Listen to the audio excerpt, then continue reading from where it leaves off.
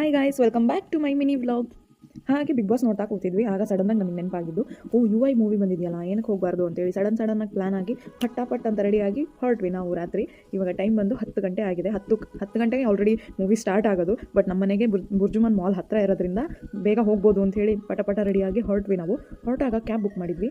Cab book ಮಾಡಿದಾಗ ನಮಗೆ urgent ಇರೋ ಟೆನ್ಷನ್ನಲ್ಲಿ ಎಲ್ಲಿ ಕ್ಯಾಬು, ಯಾವ ಕ್ಯಾಬು ಅಂತಲೇ ಗೊತ್ತಾಗಲಿಲ್ಲ. ಹೋಗಿ ಬೇರೆ ಯಾವುದೋ ಕ್ಯಾಬ್ಗೆ ಕೂರಕ್ಕೆ ಹೋಗ್ತಿದ್ವಿ. ಅವಾಗ ಅವರು ಪ್ಲೀಸ್ ಚೆಕ್ ಮಾಡಿ ನಂಬರ್ನ ಅಂತ ಹೇಳಿದರು. ಆಮೇಲೆ ಮತ್ತೆ ನಮ್ಮ ಕ್ಯಾಬ್ ಸಿಕ್ತು. ನಮ್ಮ ಕ್ಯಾಬಲ್ಲಿ ಹೊರಟ್ವಿ ನಾವು ಇವಾಗ ಮೂವಿಗೆ. ಆಗ ನಾವು ಅರ್ಜೆಂಟ್ ಮಾಡ್ತಿರೋದನ್ನ ನೋಡಿ ಡ್ರೈವರೇ ಕೇಳಿಬಿಟ್ರು, ಏನಕ್ಕೆ, ಏನು, ಯಾವ ಮೂವಿಗೆ ಹೋಗ್ತಿದ್ದೀರಾ, ಏನು ಅಂತ ಹೇಳಿ. ಅವಾಗ ಅವ್ರಿಗೂ ಹೇಳಿದ್ವಿ ನೀವು ನೋಡಿ ಅಂತ ಹೇಳಿ. ಕನ್ನಡ ಮೂವಿನ ಪ್ರಮೋಟ್ ಮಾಡಿದ್ದೀವಿ. ಎಲ್ಲಿ ಮೂವಿ ಸ್ಟಾರ್ಟ್ ಆಗಿಬಿಡುತ್ತೆ, ನಾವು ಸ್ಟಾರ್ಟಿಂಗ್ ನೋಡಿಲ್ಲ ಅಂದರೆ ಮೂವಿನೇ ಅರ್ಥ ಆಗಲ್ಲ. ಅದಕ್ಕೆ ಅದೇ ಟೆನ್ಷನಲ್ಲಿ ಇರಬೇಕಾದ್ರೆ ಆಮೇಲೆ ನೆನಪಾಗಿದ್ದು, 10 ಗಂಟೆಗೆ ಮೂವಿ ಅಂದರೆ 10 ಕಾಲ್ ತನಕ ಒಂದು ಕಮರ್ಷಿಯಲ್ಸು, ಅಡ್ವರ್ಟೈಸ್ಮೆಂಟ್ ಅದು ಇದು ಅಂತ ಹೇಳಿ ಅದೇ ಆಗಿರುತ್ತೆ ಅಂತ ಹೇಳಿ ಅದೇ ಮೈಂಡ್ಸೆಟ್ಟಲ್ಲಿ ಬಂದ್ವಿ ನಾವು. ಸೊ ಬುರ್ಜುಮಾನ್ ಮಾಲ್ ಎಂಟರ್ ಆದ್ವಿ. ಇದು ಟಾಪ್ ಫ್ಲೋರಲ್ಲಿರೋದು PVR. ಸೊ ಬೇಗ ಹೋಗ್ತಿದ್ವಿ. ಎಷ್ಟೇ ಬೇಗ ಹೋದ್ರೂ ಟೈಮು ಆಗೇ ಬಿಡ್ತು. ಆಮೇಲೆ ಲಾಸ್ಟ್ ಮೂಮೆಂಟಲ್ಲಿ ನಾವು ಬುಕ್ ಮಾಡಿರೋದ್ರಿಂದ ನಮಗೆ ಬರೀ 2 ಸೀಟ್, ಅದು ಫ್ರಂಟ್ ಸೀಟ್ ಅಷ್ಟೇ ಅವೈಲೇಬಲ್ ಇದ್ದಿದ್ದು. ಸೊ ಏನಾರು ಆಗಲಿ ಒಟ್ಟಿನಲ್ಲಿ ಮೂವಿ ನೋಡಬೇಕು ಅಂಥೇಳಿ ಹೋಗಿ ಬುಕ್ ಮಾಡೇ ಬಿಟ್ವಿ. ಬುಕ್ ಮಾಡಿ ಬಂದ್ವಿ. ಇನ್ನೂ ಯಾರ್ಯಾರು ನೀವು ಮೂವಿ ನೋಡಿಲ್ಲ, ಬೇಗ ಹೋಗಿ ಮೂವಿ ನೋಡಿ. ಮೂವಿ ತುಂಬ ಚೆನ್ನಾಗಿದೆ. ನಾನು ನೆಕ್ಸ್ಟ್ ನಿಮಗೆ ಹೇಳ್ತೀನಿ ಎಕ್ಸ್ಪೀರಿಯನ್ಸ್ ಏನಂತೇಳಿ.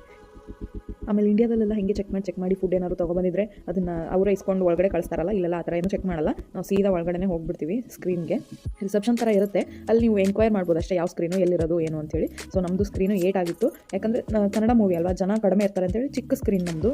Room full ಚಿಕ್ಕದಿತ್ತು. ಸೊ ಪಟ ಓಡ್ಕೊತ ಹೋದ್ವಿ. ಆಲ್ರೆಡಿ ಈ ಸೀನಿಂದ ನಮಗೆ ಸಿಕ್ತು ಮೂವಿ. ಆ್ಯಂಡ್ ಮೂವಿ ಸ್ಟಾರ್ಟ್ ಆಯಿತು. ಉಪೇಂದ್ರ ಅವ್ರ ಎಂಟ್ರಿ ಮಾತ್ರ ಮಸ್ತಾಗಿತ್ತು. ಫುಲ್ ಒಂಥರ ತುಂಬ ದಿನ ಆದಮೇಲೆ ನೋಡ್ತಿರೋದಲ್ಲ, ಫುಲ್ ಖುಷಿ ಆಗ್ಬಿಡ್ತು. ಸೊ ಇವಾಗ ಇಂಟರ್ವಲ್ ಅಲ್ಲ, ಇಂಟಲ್ ಮಿಷನ್ ಇವಾಗ.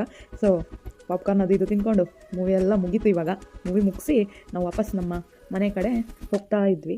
ನಾವು ಮನೆ ಮುಟ್ಟಿದ್ದೇ ಗೊತ್ತಾಗಿಲ್ಲ. ಏನಕ್ಕೆ ಅಂದರೆ ಮೂವಿ ಬಗ್ಗೆನೇ ನಾವಿಬ್ಬರು ಮಾತಾಡ್ತಾ ಹೋಗಿದ್ವಿ.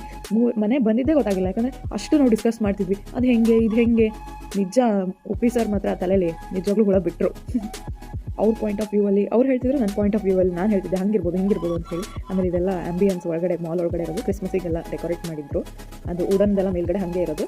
ಹಂಗೆ ನಾವು ಮನೆಗೆ ನಡ್ಕೊಂಡು ಬರ್ತಾ ಇದ್ವಿ. ನಮ್ದು ಇನ್ನೂ ಡಿಸ್ಕಷನ್ನೇ ಮುಗಿತಿದ್ದಿಲ್ಲ. ಮತ್ತೆ ಈ ಆಡಿ ಕಾರ್ ನೋಡಿದ್ವಿ.